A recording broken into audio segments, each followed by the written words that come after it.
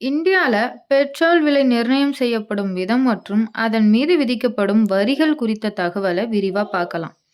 இந்தியாவுல பெட்ரோல் விலையில் பாதிக்கும் மேலானது வரிகளாகவே உள்ளன. முதலில் மத்திய அரசு விதிக்கும் வரி. இது இந்தியா முழுவதும் சமமாக இருக்கும். 1 லிட்டர் பெட்ரோலுக்கு சென்ட்ரல் கவர்மெண்ட் மட்டுமே ரூ. 19.90 வரி விதிக்கிறது. அடுத்து மாநில வரி. இது ஒவ்வொரு மாநிலத்துக்கும் மாறுபடும். ஸ்டேட் கவர்மெண்ட் ரூ. 21 ரூ. 23 வரைக்கும் வரி விதிக்கிறது. அடுத்து டீலர் கமிஷன். இவை பெட்ரோல் பங்க் உரிமையாளர்களுக்கு வழங்கப்படும் லாப பங்கு. இவர்களுக்கு 3 முதல் ரூ. 4 வரைக்கும் வரி விதிக்கப்படுகிறார்கள்.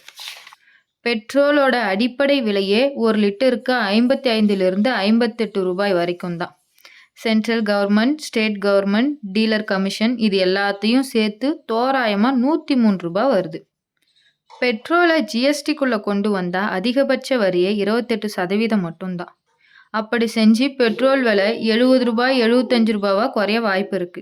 இப்படி கொண்டு வந்தா ஸ்டேட் கவர்மெண்ட், சென்ட்ரல் கவர்மெண்டோட வருமானம் குறைஞ்சிடும் போல. அதான் இன்னும் நடைமுறைக்கு வராம இருக்கு. இது கூட பரவாயில்ல. ஸ்ரீலங்கால பெட்ரோல் விலை ரூ. 90. இலங்கையின் பெட்ரோல் தேவையை சுமார் 70% வரைக்கும் இந்தியாவால் பூர்த்தி செய்யப்படுகிறது. இந்தியாவிலிருந்து பெட்ரோல் இறக்குமதி செய்யாவிட்டால் இலங்கையில் மீண்டும் எரிபொருள் தட்டுப்பாடு ஏற்பட வாய்ப்புள்ளது. அப்படி இருக்க இலங்கையே நம்மளை விட ரூ. 10 கம்மியா கொடுக்கறாங்க பெட்ரோலை. இப்படி உண்மை தகவல் தெரிஞ்சுக்க சப்ஸ்கிரைப் பண்ணிக்கோங்க.